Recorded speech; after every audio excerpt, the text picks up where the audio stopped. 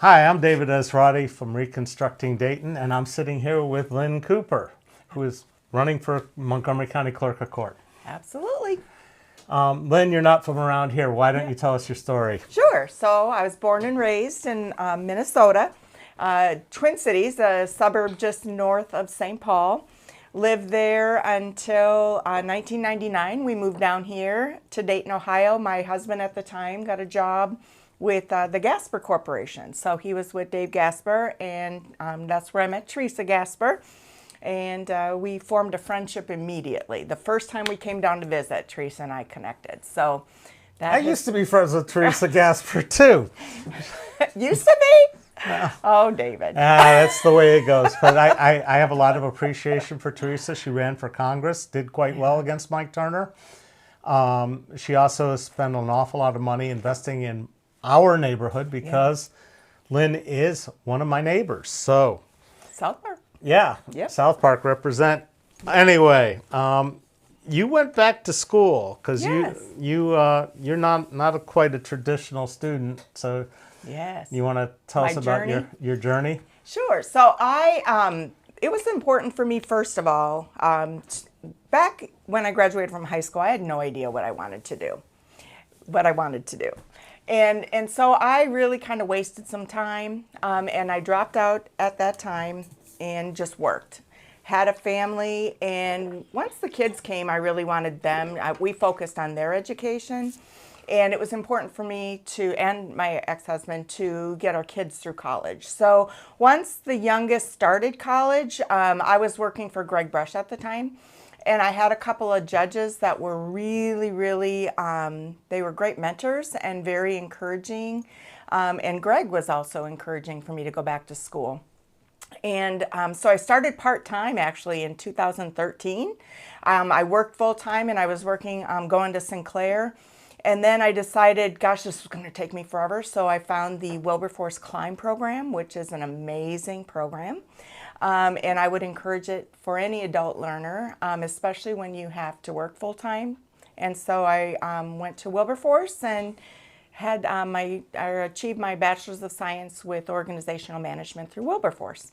And then I went right into my master's program. So again, it was, just people really believing in me and mentoring me and encouraging me, and I'll forever be grateful for them, because I kind of grew up thinking that I wasn't able to do it. I didn't have a lot of confidence when I first started back to work, and so it was just through people that just recognized my potential and just kept encouraging me. And go ahead. So one of the questions I usually like to ask is, what did your parents do? What did my parents do? So my mom worked as a bookkeeper, and my dad was a salesman. He was a really successful salesman. Okay. He had to find himself. It took him some years to find himself. And once he found his niche and where he needed to go, he was awesome.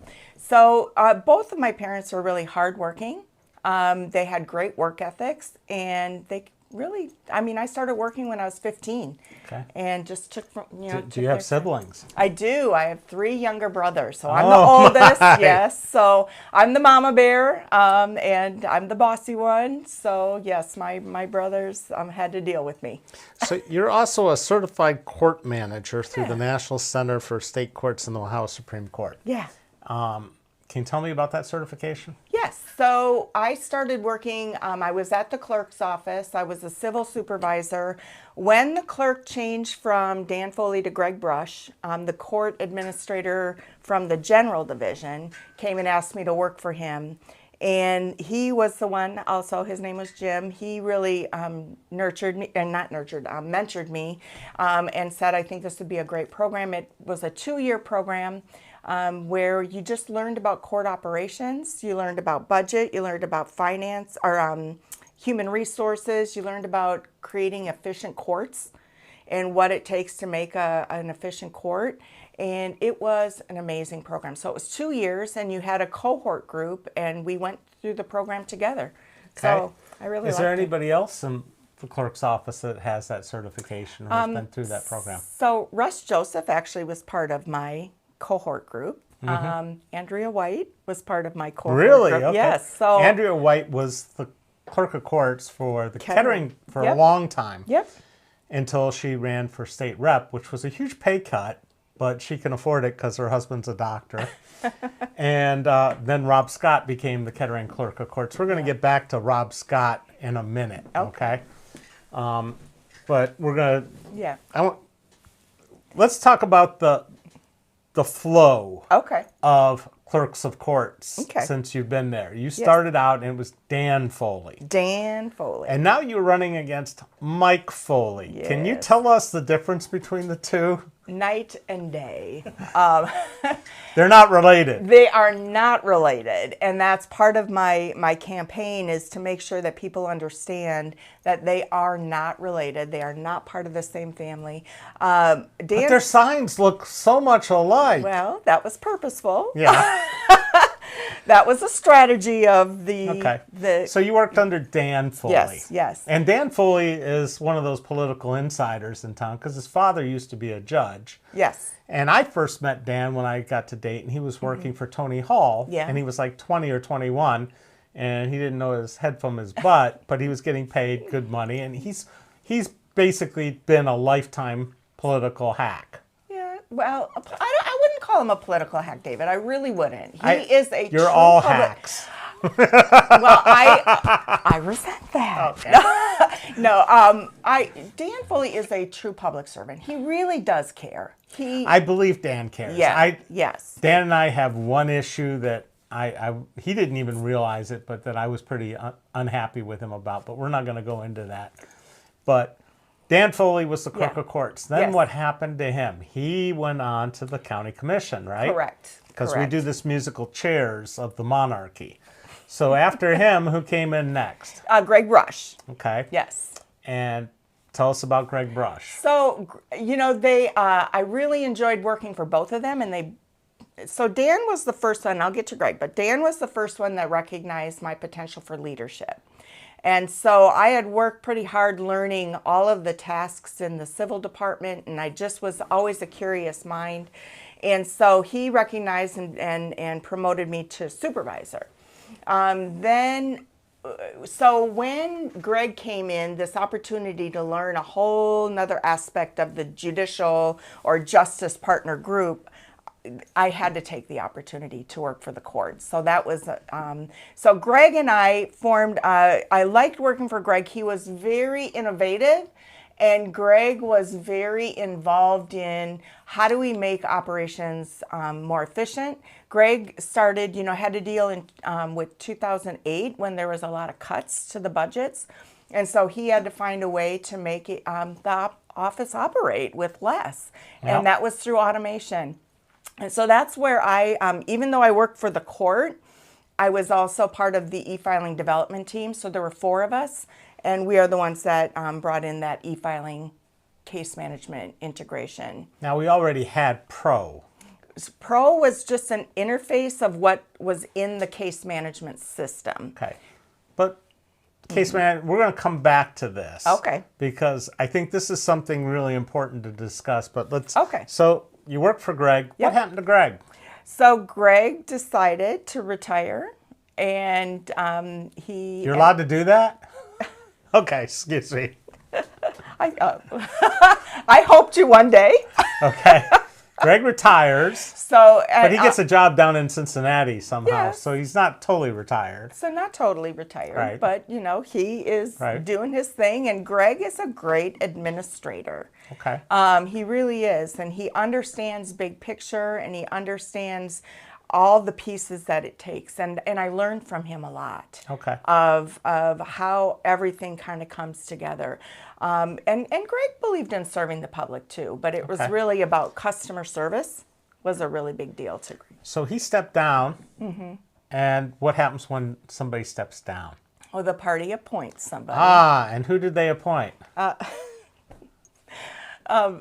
Russ Joseph. And Russ Joseph, what was he like working for? Russ was great working for Russ. I mean, I didn't have a problem working for Russ at all. I was approached by Carolyn Rice to become her chief deputy shortly after Russ took office. And so when I left, it was not because I didn't like working for Russ. And it wasn't because I didn't like my job. I really did.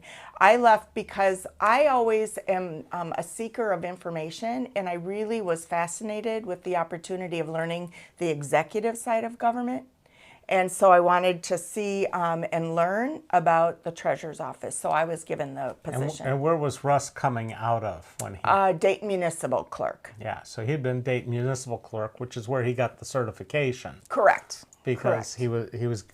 he had that job, but he had that job under, who was the municipal clerk before Russ? Mark Owen. Mark Owens, who was the party chair. So Russ is Mark's protege, so to speak, right? Well, you have to mentor people. And what happened to Russ in the election against Mike Foley? The signs were confusing, you know. Oh. What happened? Russ lost, right? Well, he did. Okay. And where did Russ go next? To the treasurer's office. To the treasurer's office, where he was appointed treasurer. Correct. Okay, because Carolyn switched to county commissioner. So he goes to the treasurer's office. Do you stay? I did. You did? I under did Russ? stay. Okay. I did stay under Russ. I was his chief deputy. And then Russ loses the election to John McManus, who used to be a Democrat, Correct. but now is a Republican. Correct. Because John had this is the inside baseball stuff. John had gotten a job where previously? Well, gosh, with the clerk. He With took the my clerk. job He as took the chief deputy. He took your job as the chief deputy. He was a Democrat. He had been working in the Columbus clerk's office while he went to law school. And he got that job with Mike Foley, who is a Republican, because Mike didn't know anything about being a clerk, and I suggested to Mike that he hire John. So it is sort of my fault that you lost your job. No, I look at everything that's happened in my career as a blessing. Okay. And it's because I have learned, I've learned so much. And when I knew I had to find a new job, I was actually looking all over. You had to find a new job? Well, from what I had heard, that I was going to be replaced. So because and let's be clear. Yes. These offices all come with what's called a patronage job, correct? Could, yes. There are patronage employees. And patronage, you want to define it or shall I? Go ahead. You do such a fine job. Patronage is where you're one of the people in the party that supports the party and you get a job to fulfill that love that you have for the party. So if you want to get a well-paying job, you get a patronage job in one of these offices. And by the way, Ginger and Dave Huker say you look great. Oh, that thank you, came up Ginger. earlier. So I am seeing the comments and the questions. So if you have questions at any point, you put them on there. I might not see them right away, but we'll get to them. Okay, so patronage jobs come with each of these offices: the recorder, the clerk, the treasurer, the auditor. The sheriff's department. These all come. The prosecutor's office. We've seen a whole bunch of these.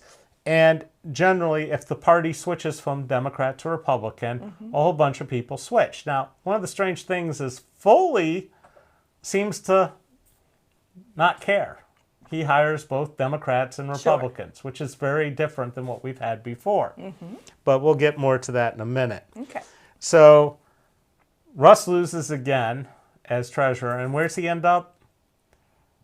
Board of Elections, where he immediately gets in trouble for doing something naughty and gets censored and loses some pay.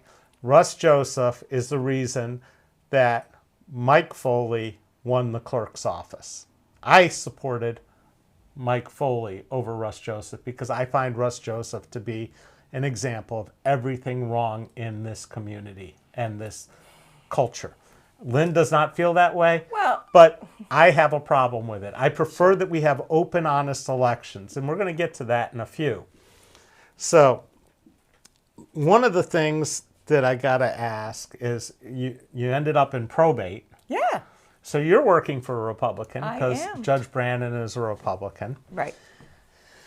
And you've been doing this now, working in the courts for 21 of my 23 years. 21 of 23 years. So this is sort of your vocation. Yes. This is your My thing. calling. Yeah. How much does the clerk get paid by law per year? Honestly, I don't know what it is right now because that's not why I'm doing this. So I Okay. have no idea. You don't know what the statutory I rate don't. is. I thought it was maybe 130. I don't know for a fact though. Okay. And what, that's higher than I thought, but I know that these things change and I didn't go look it One up. thing that happens with this clerk is you are paid by statute, and then you also you get paid from the area courts, Huber Heights and Trotwood, and then also Court of Appeals. So there's a combination. But that I did not go into this for the money. Okay. I just have to make sure that I say that. I just want to say it's Yeah. one of the better paying jobs compared to the recorder's office, for instance, which Sure. is why Brandon McLean decided to go become a magistrate because instead of being the recorder, and they put in Stacey Benson Taylor in that position. And I hope you all vote for Stacey Benson Taylor because her opponent actually lives in Florida. But that's beside the point. So we're going to talk about what the fundamental role is of the clerk of courts, because this is not supposed to be a real highly political position. This Right. is an administrative position. So let's talk about what the clerk is supposed to do. Yes, there are two mandated Okay. duties of the clerk. The first is that they are the keeper of the court's record. Okay. So they are responsible for journalizing. It's the heartbeat of the court system. So they are journalizing and taking care of the paperwork and the flow of the record. And that means all the lawyers' filings, the judges' filings, everything. the evidence, all the this. evidence is handled by the court. Okay. So they have their own system, and they keep their evidence at trial. Okay. If a case is appealed, they're brought together and delivered up to the second district. Okay. So the other mandated service is auto titles, transferring auto titles.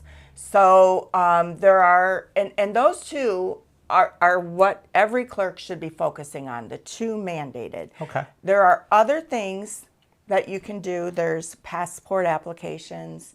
There's TSA pre-checks. This clerk has gone into even doing driving tests, which may be the first in the state. I'm not quite sure why that would be a clerk function, other than it's a way to bring in revenue or promote himself.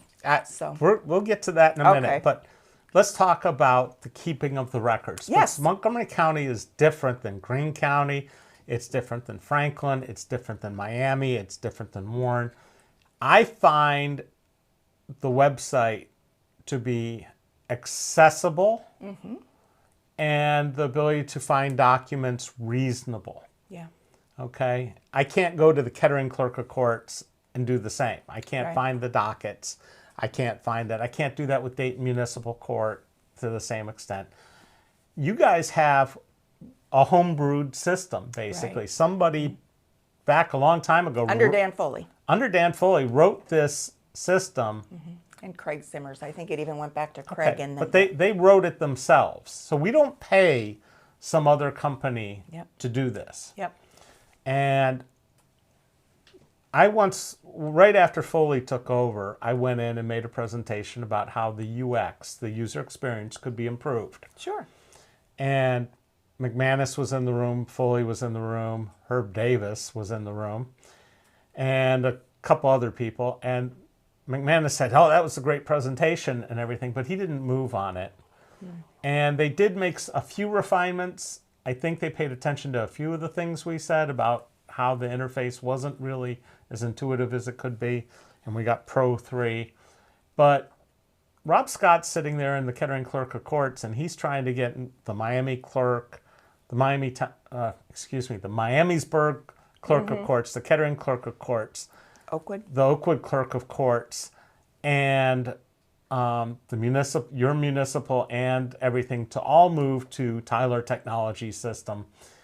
And I'd like your feedback on that. What you think of Tyler? Of switching systems. I mean, is that something that?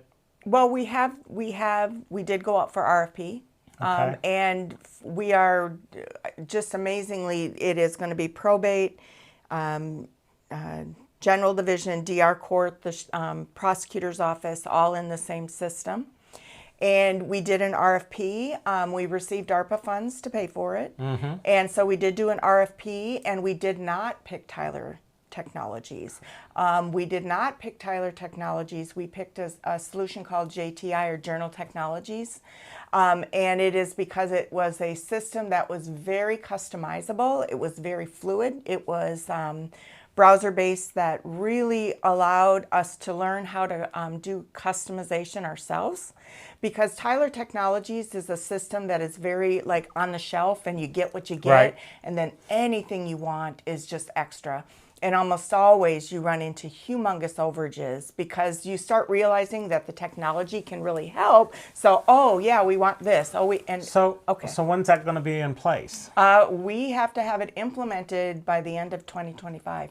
Okay. Yeah. So in case you're wondering, the real difficulty isn't putting it in place for right now. It's getting all the back cases into it. Yes, so that's a major lift. Right. And the other challenging part of this is, and I have to give a shout out to my opponent's technology guy, Fred. He is amazing, and he's done an incredible job being a project manager and really working with the technologists. And the big lift is we have 2 case databases.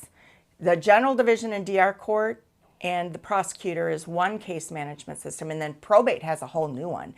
Probate's case management system goes back to 1998. Wow. It's old. Was it also homegrown? No, they are called ProWare. Okay. Which is now juvenile has something totally different too, right? Correct. And we tried to get them to come with, but they were okay. less. So some states have the entire state is on the same system, Yes. and it works everywhere. Minnesota is. Yeah, Minnesota and Wisconsin, and I believe Florida is one. Okay? Oh yeah. So I'm trying and Texas. In Texas, I'm trying to figure out why the state of Ohio continues to be a backwater and have 88 counties with 88 different systems. So it's about fiefdoms, right? And so I was part of the Court Administration Association, and everybody, they're so comfortable with doing their thing and giving up that control and allowing somebody else to say this is how you're going to do things is a really hard thing to break. When I was looking for a job in between the treasurer, when I knew I was going to have to find something else, I did interview up in Minnesota, and that was one of the things that it was really unique, but they said it took years to break that down and to break the silos and the barriers down. So it's a If any of you have ever had to go on Pacer, which is the Fed site, you will start to realize how good we have it in Montgomery County. Yeah. And the Fed site actually charges you per document page, although it's only if you do more than a certain threshold, but it is incredibly bad, like the worst I've seen. Of ones that actually let you get to the documents. Now, I can't go to Kettering Clerk of Courts and look at anything. I have to request everything, and I don't like that process. So I still think it's a humongous waste of tax dollars in Montgomery County that we're paying for sites in Kettering, in Miamisburg, in Oakwood. Am I missing any? Are there any other kangaroo courts? I did forget to include in our project the Huber Heights and Trotwood courts are part of our system, so I forgot to add that. But we could have, you could provide those services to those other courts, correct? Yes. We could have a single for Montgomery County. That would be a possibility. It would take a lot of collaboration. So this project that we're working on, collaborating with the different courts. I left out Dayton Municipal. I forgot. Yes, That's a big one. That's a big one. That's a big one. So I believe that yes, you could. However, I think it's important to see why not start where we can right now, which is the Common Pleas level court and then the Trotwood and Huber Heights. So start off with there. It doesn't mean that we can't grow in. Now, it just is depends. that a goal of yours as clerk? Do you want to provide that kind of consolidation? And I'm going to tell you that I can't say that right now because there's so much work that has to be done working in my own office. So let's get to the fun stuff. I always look at where the money comes from. Sure. Okay, that's follow the money is number one in journalism, and it's also in terms of politics, knowing what's going on. Yep. There is a huge disparity in the open campaign finance reports. Yep. Lynn is a relative pauper. She contributed about $3,000 to her own campaign. Right. And Mr. Foley did about $113,000. That's an awful lot of Big deal. a lot of change there that he wants to keep this job. Yep. And I've seen expenditures and everything else, but the crazy thing is, first off, let me ask you, who's your campaign treasurer? Elam Dosa. Does she work for you? No, Does she work in the courts? not in the courts. No. No. Okay, so he's had two treasurers this campaign. One is Ellie Sollenberger, who we'll get to that in a minute. And now he has Kathy Merkel, who does work for him. So there's a big difference. But he doesn't have very many donors. In fact, I can count them on one hand. One is Marquise Sansom, who works for him and makes pretty ungodly money. I have a figure here. His title is Chief Deputy, and he's making $91,603. And he only gave Michael $100. Then we got Danny Hamilton, who's a Republican operator. He gave him $300. Rich Dobson, who's a printer, gave him $100. You buy your signs from me, I'll give you $100. And then a guy who is listed as Doug Thomas, but is actually Doug Tama, gave him $1,500. Okay. And Doug is a big customer of the auto title. Did you know that? I did not. He owns Sandy's Towing, or he's involved in Sandy's Towing. So towing companies have to get titles a lot. Yeah, so, I worked with Sandy's when I was the chief deputy with the So- court-ordered titles. So one of the funny things is there are Merkels on both donation lists. Are they related? Is Allison Merkel related to Kathy Merkel? It's her daughter. It's Kathy's her daughter? Yes, And Allison works with you in probate. correct. So she gave money to you, and Kathy is now Mike's treasurer. Just politics makes strange bedfellows. I was going to ask her to be my treasurer, but that was not right. So I said no. So that's only scratching the surface because. Well, let me go back with the Merkels.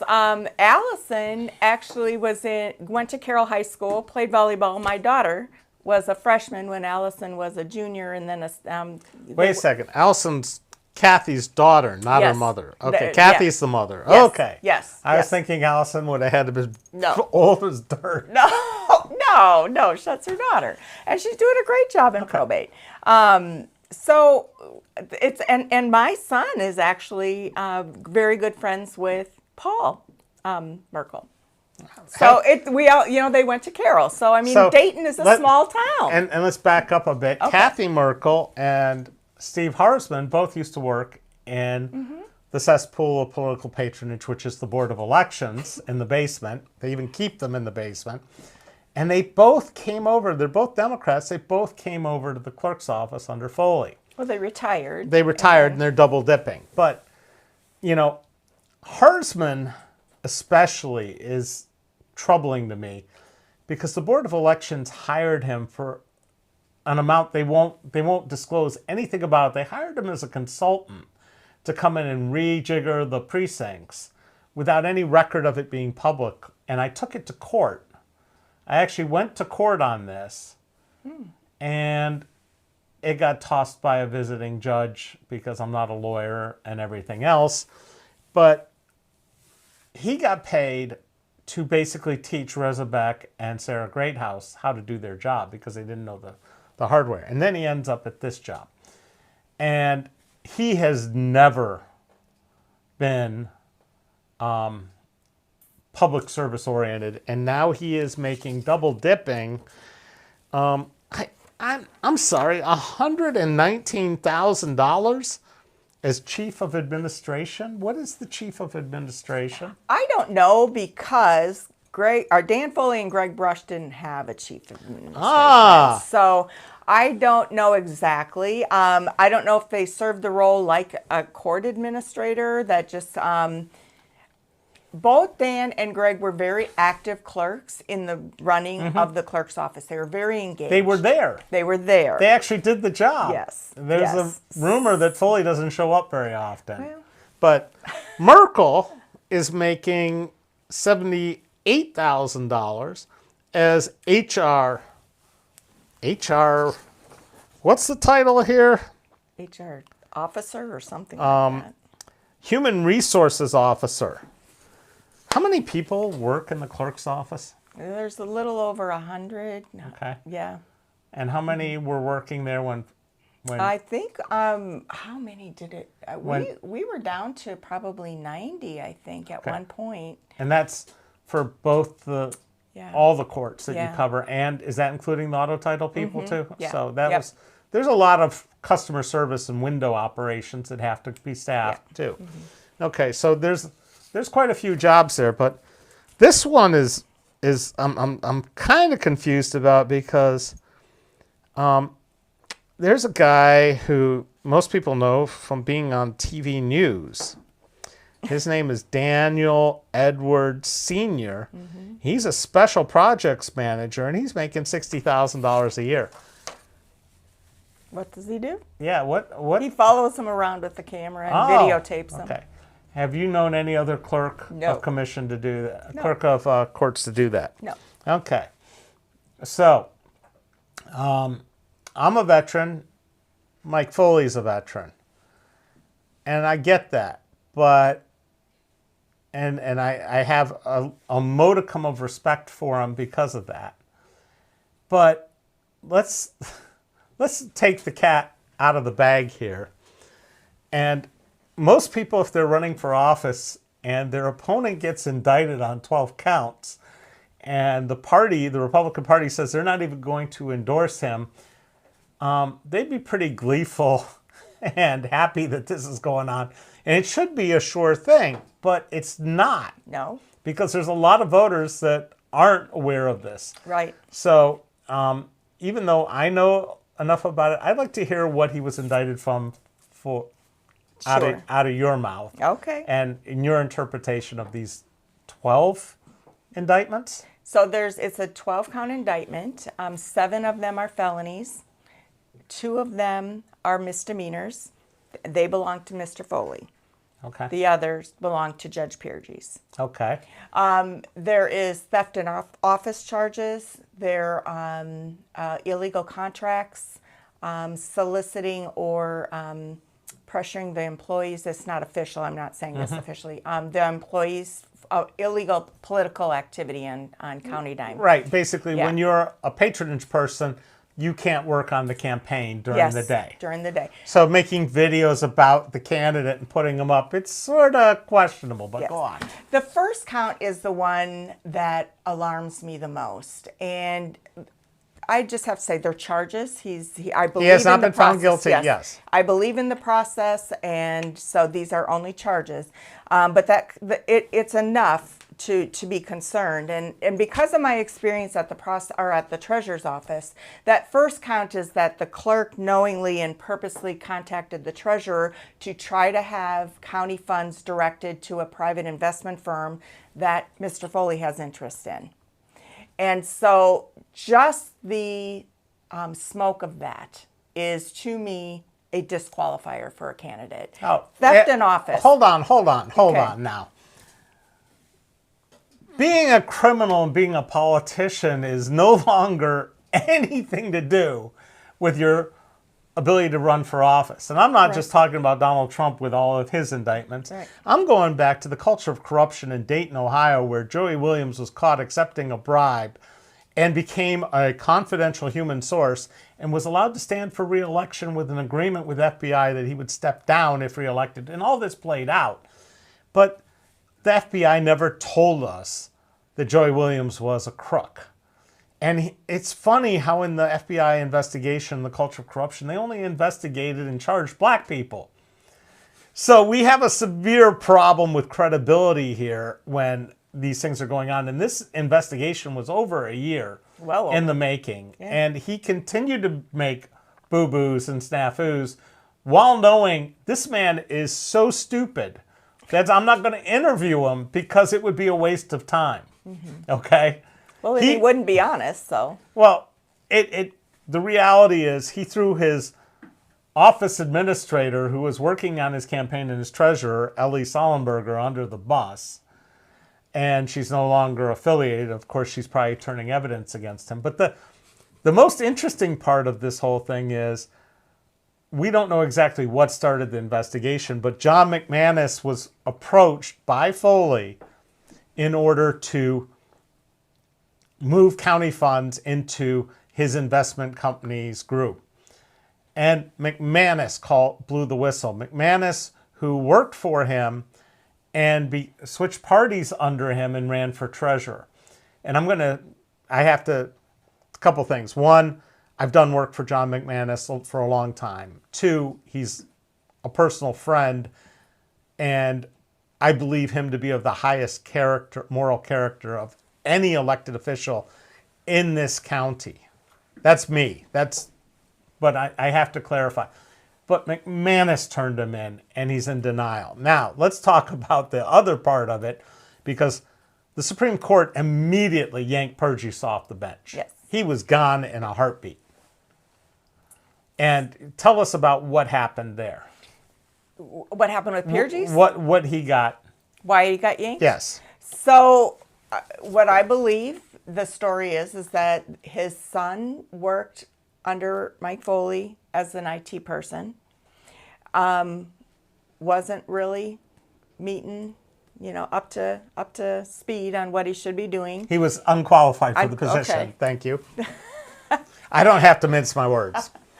And so instead of terminating him, they moved him out to the municipal court, to the court that Judge Purgis worked for, and then the court authorized funds to be transferred to pay for him. Okay, so Purgis took his court funds, yes, gave them to Foley downtown to pay for his son to work in his court. Yes. Purgis should already be in prison. Thank you. Well, next time. But we also have another judge who is been charged on things that happened 2 years ago, and he's still sitting on the bench. And I'm starting to wonder if the whole court, the whole operation is flawed, because we seem to have different standards of justice for different people here. I don't think. And I'm talking about Dick Skelton, who made an employee come work at his house, and the county had to pay the guy off to go away.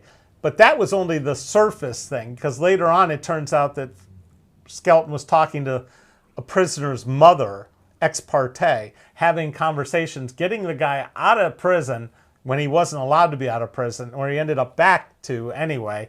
But Skelton did some really bizarre stuff that wouldn't be tolerated anywhere else except in Montgomery County. So, it's not Montgomery. How does this happen? Well, first of all, it's not Montgomery County's responsibility to take care of the Skelton issue. That That's- is the Supreme Court. That is the Supreme Yes. Court, which Yes. currently has too many Republicans on it. So if you vote Democrat, we might see some rectification of that. But Right. I've also seen Matt Heck's office has had several people be indicted for sex things, for all kinds of stuff. Matt Heck doesn't prosecute criminals evenly in this county. I know that because I got embezzled by somebody, and he didn't embezzle her for stealing from me, but he did from a veteran that I took care of. Matt Heck is running unopposed. The judges all run opposed after their first race. We have the same problems that the Supreme Court has, that these people have lifetime appointments, and there's nobody calling them quits. Now, I don't think this is your job or anything for you to comment on, and I'm not going to say anything. Thank you. But the Purges thing just shows that Mike Foley did something that should have been obviously illegal.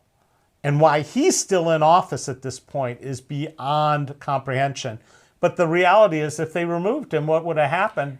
Sure. The party would have appointed somebody to be Correct. in there at the last minute. Correct. I He mean, it was refused. all- right. He refused to step down. Right. And they refused to remove him. They refused to suspend him. Yeah. And I do believe that part of that reasoning was that it was so close to the election. I know that appearance, and I have to tell you, it doesn't bother me for my purposes that he wasn't suspended.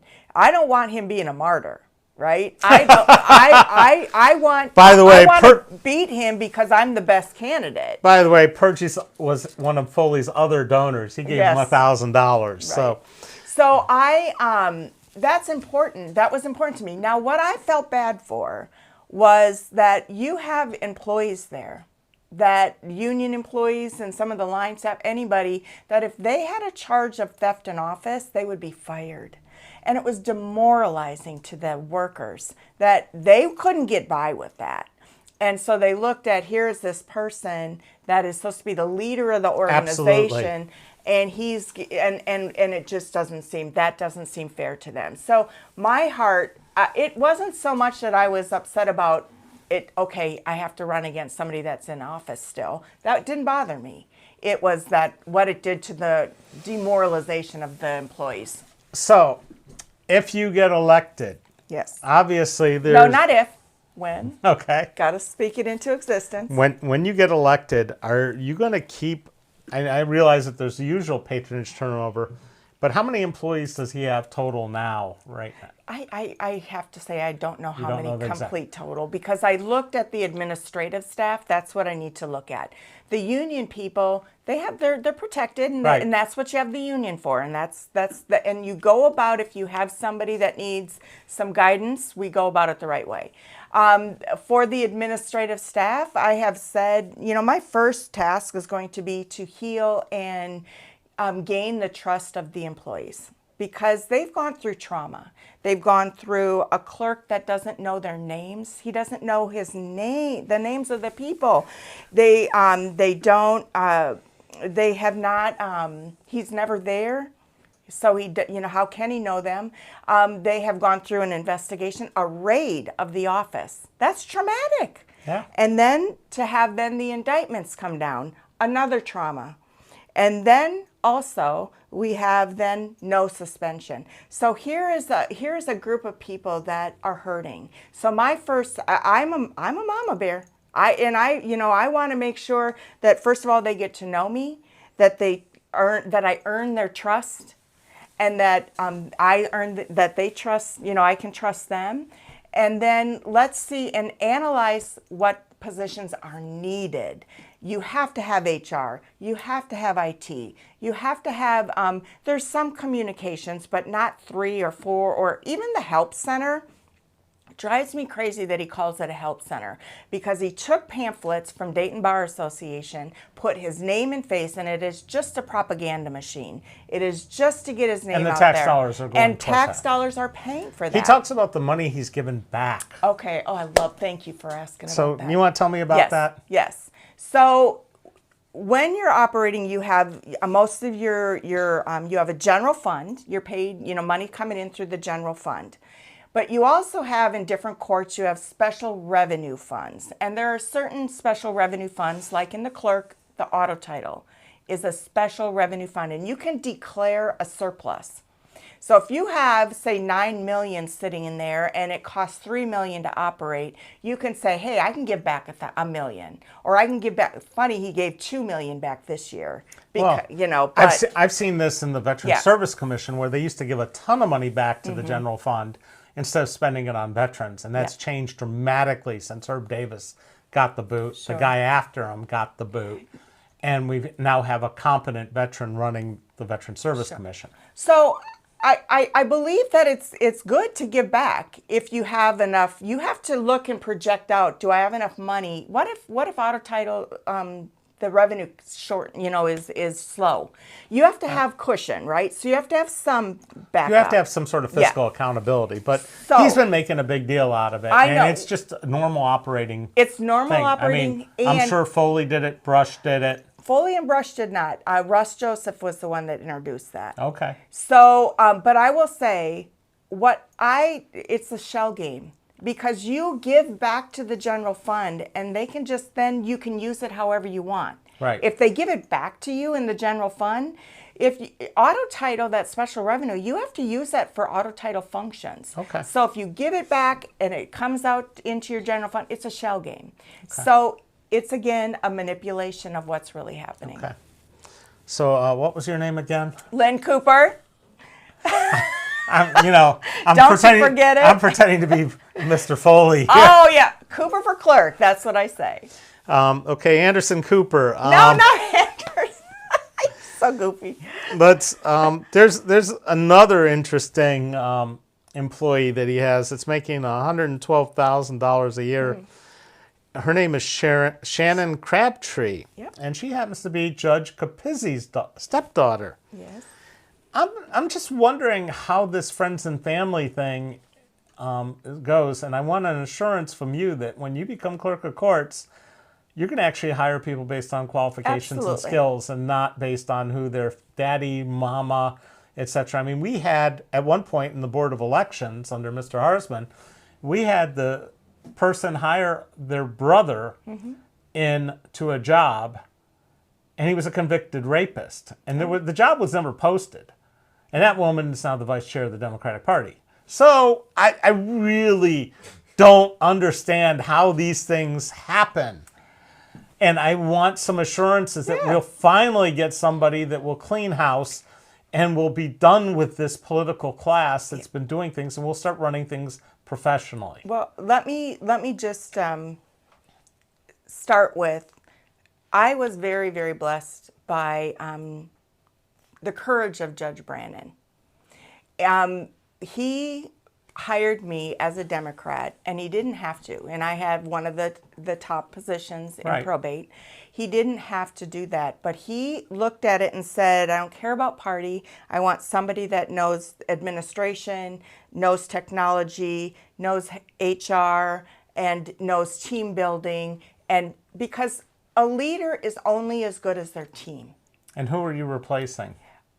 Ginger, actually. Okay. Yeah. So it wasn't, Ginger retired. Right. So it wasn't that she So wasn't. he had to find somebody. He had to find somebody. And he looked and found somebody that had a whole bunch of experience. Yep. And hired them. Yes. So, Oh my God, what a novel idea. and it was that, I always say, I felt that was very courageous of him. And we make a good team. We have our sparring. We have different political views and we have fun, but we respect each other.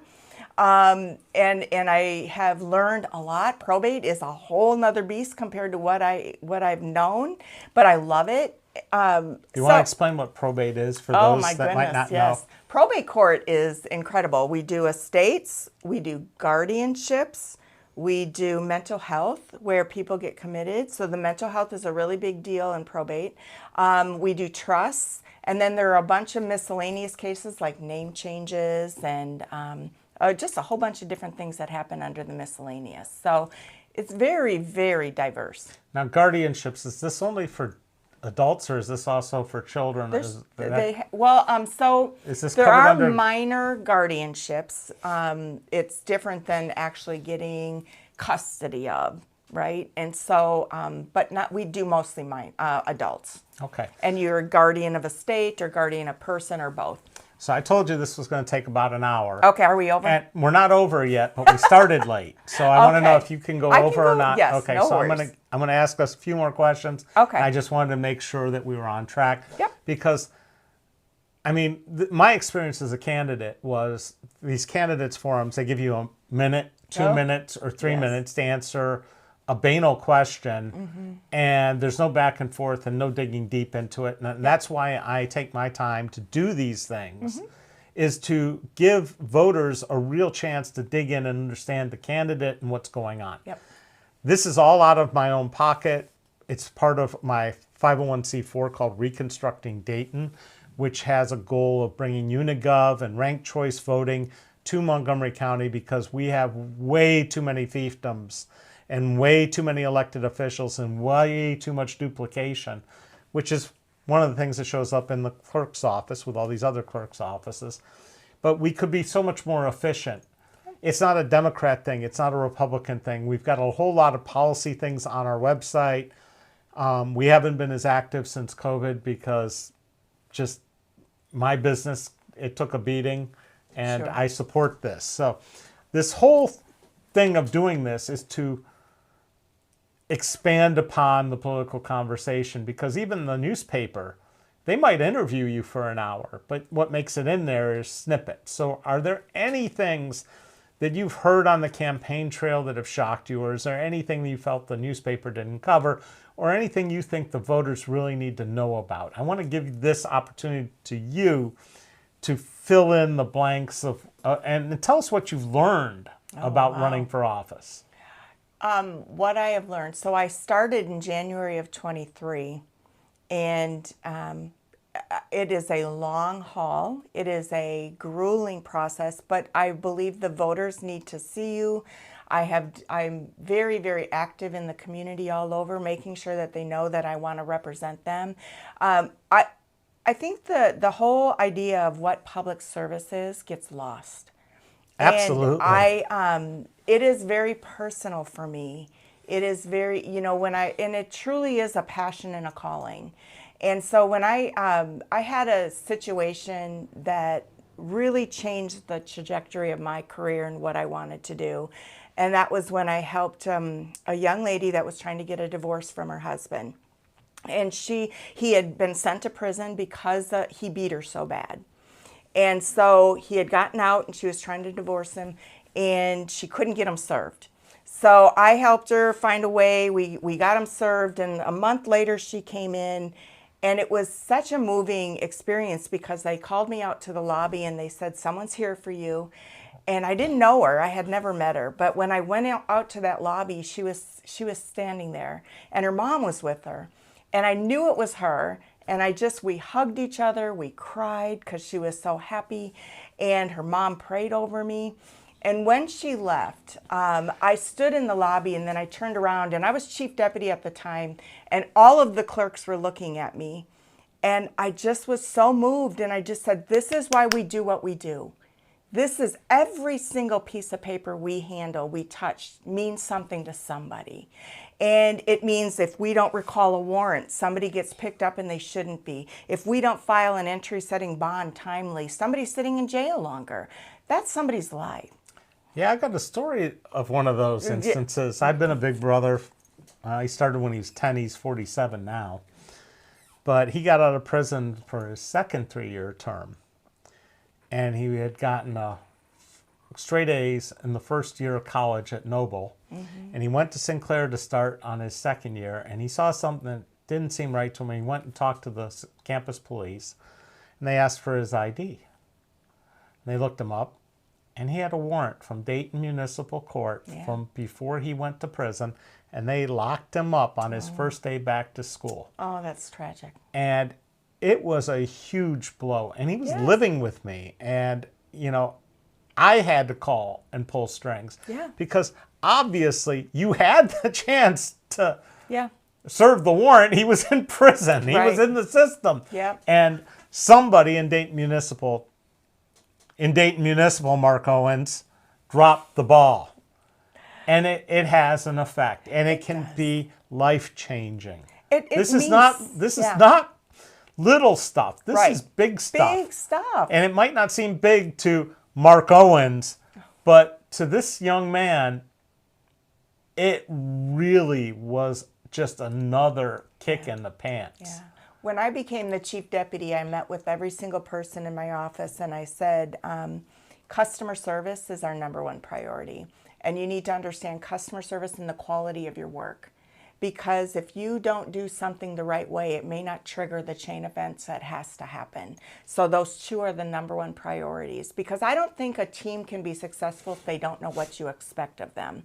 And that's what I'll be doing as the clerk, and going and saying, here's what my priorities are.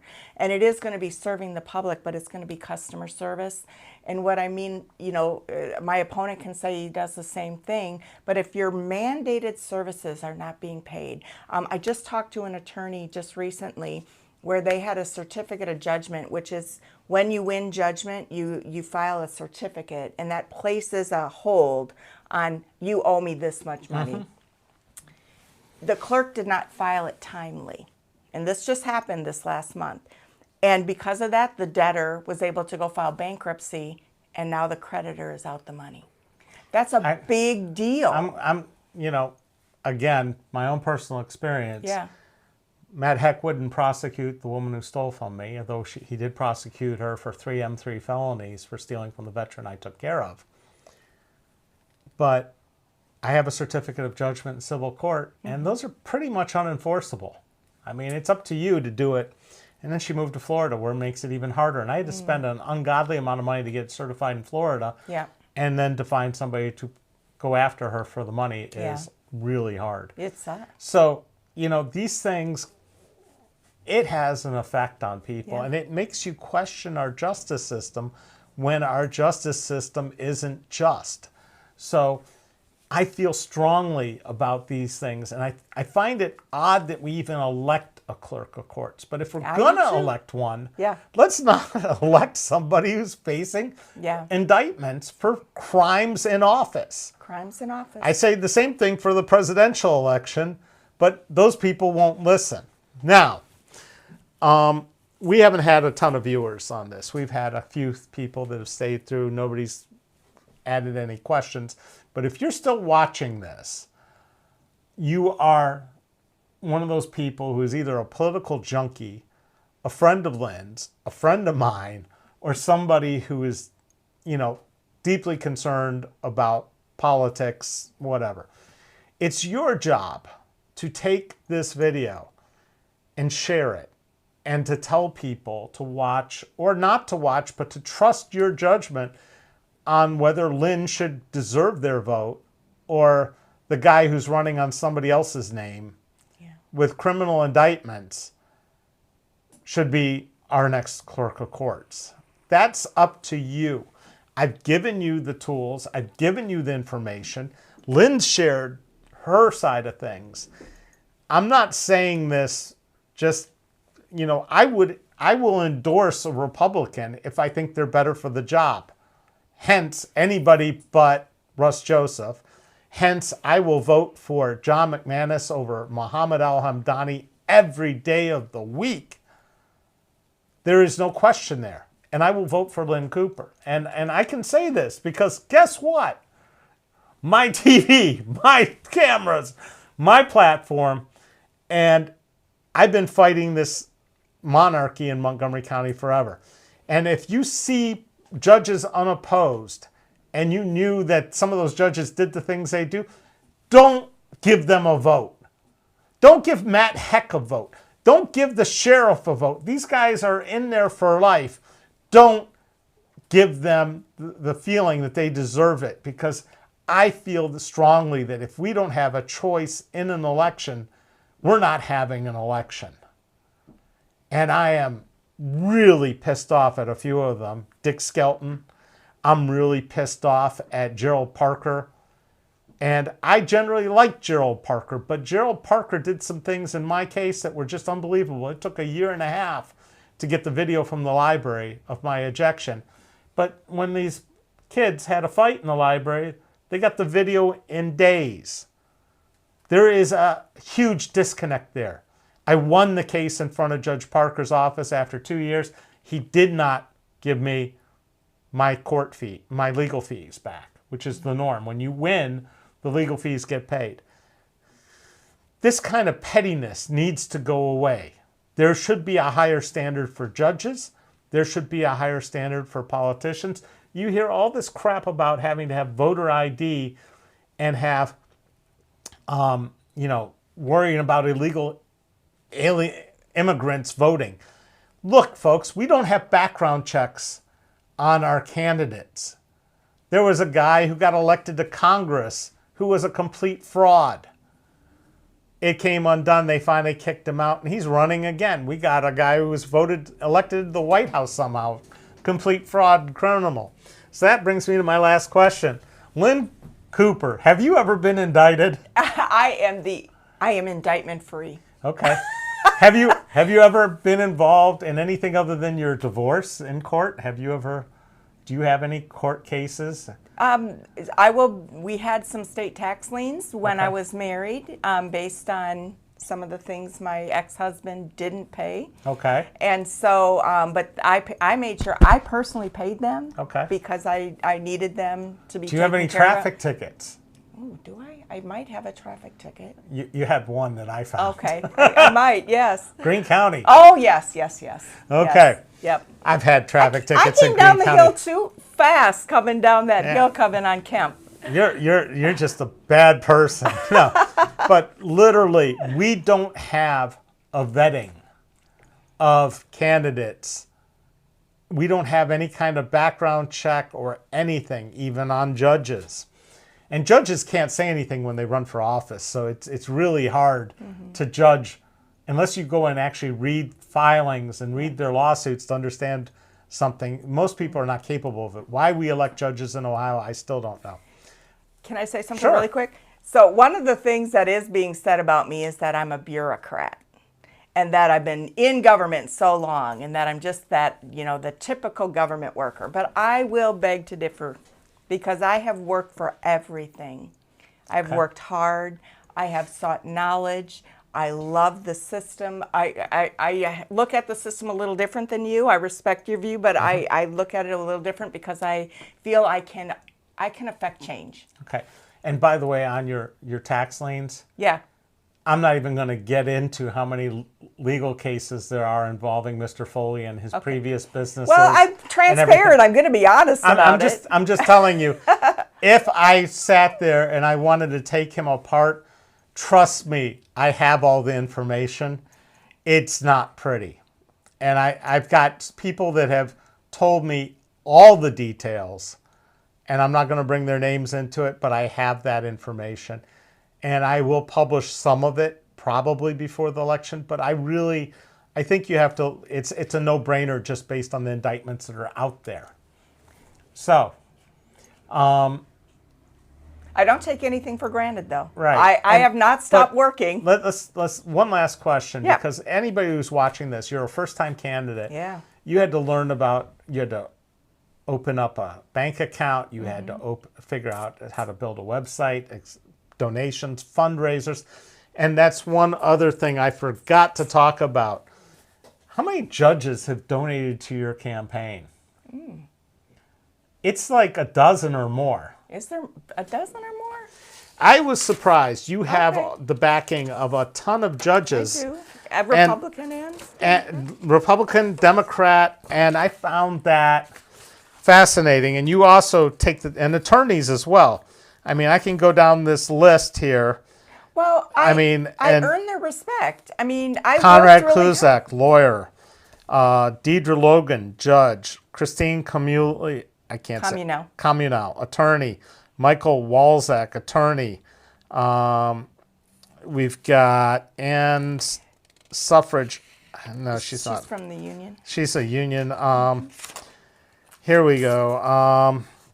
We've got attorney Thomas Intley, Harry Beoglides, Lee Falke, the former prosecutor, Dan Garris, former judge, who I can't stand, Coolidge Wall Pack, Gary Lepla, who's an upstanding attorney. Eli Sperry. Walter Reynolds, Eli Sperry. I mean, there's quite a few. I think I worked really hard in my career to earn the respect from the court and the attorneys. And Matt Heck gave you money. So here's some more. I'm proud. I haven't raised the most money, No. but I'm proud that I have wait a lot second. of donors. You have raised more. Oh. Because he just paid for his own. He's buying his I got you. office. So you got Ann Keaton, who's an amazing attorney, Michael Daly, Ronald Kozar. I mean, this is saying these people are the people that are donating to your campaign tells me something more. But, this is the first time you've done this. Now knowing what you've done, here's James Ambrose, another lawyer.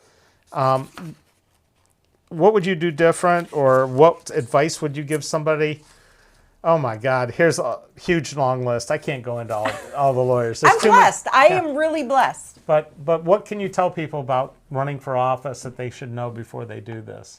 I really appreciated, Sherrod Brown has a program called Lead Ohio. Okay. And that was one of the pieces of advice that I had, is to go to that, because it teaches you about campaigning and it teaches you all the different aspects. I've had a blast on social media. I create my own videos. I love that. I just have fun, right? But that Lead Ohio really taught me a lot about what to expect. I have been really, really fortunate with the people, or I'm not going to say fortunate, blessed to have the people that are helping me with my campaign. And getting, connecting me with people that do the radio and connecting me with different people. So that I have been I've done a lot of administrative stuff myself. And so I think now, after going through this, I think because I hadn't done it before, there wasn't this huge group of people that wanted to say, hey, Lynn, we're going to, help. People would offer, but it was maybe my fault because I didn't know what I didn't know, and so I would do it myself. Right. That is what I would do different. I would make sure that I take advantage of the people that can help me, because it has been, I work really hard at probate. I work sometimes, 8 to 10 hour days. I've heard that about you. Yes. You work late and overtime, and there is no overtime pay, but you do it because I believe in the cause. But then I go and I do this campaign, and that's another almost a full-time job. And so in 4 years, would you do this again? Absolutely. And even if you're not the clerk? I think I would, because, somebody asked if I would run for another office. I said, I don't want to be that politician. I really want to be the clerk. Okay. I want to be the clerk of courts. That's my passion and my calling. All right. I don't see any other questions. Okay. I survived. I survived David Esrati. Can I have a T-shirt? Can you make me a T-shirt? I survived David Esrati. I can't, but that's out of my pocket too. Now, consider this my donation to your campaign. Thank you. But one of the questions I would ask most incumbents is, what would you do if you lose? And you're just going to go back to work in probate, and you have a job. Yeah. Mr. Foley's going to have to find a new career. So he's fighting for his life, and that's the old adage, one's running for his life, one's running for his dinner, and one's running for his life. I've had a lot of people say, I can't believe he's doing this. I can't believe he's doing that. I said, I always expected him to fight for his job. Yeah, this is the best job he's ever had. Right. I didn't think that he was going to that I was going to win this unanimously. Right. So. Well, if the Republican Party has any balls at all, they would put Lynn Cooper on their slate card to make sure that people don't make the mistake. Yeah, I'm sure it already is, but Phil Plummer is not that kind of guy. If I was the chair of the Democratic Party and we had a person like Mr. Foley in there, I would definitely be putting somebody else on the card. There are people that deserve to be there, and you're one of them. And I'd like to thank you for coming in and taking the time to do this. Thank you for that. And I hope any of you who are watching this hit subscribe, because we're going to have some other people in, so you'll get notified of them. I got to thank Julian here, who masterfully stepped in at the last minute to cover and run the board. He's done a great job from what I can see. And I'd like to thank all the people that have been watching now. And this will stay up on YouTube. So we're going to stop. Julian's going to hit stop record, and then he's going to hit stop after we have like 10 seconds of nothing. Okay.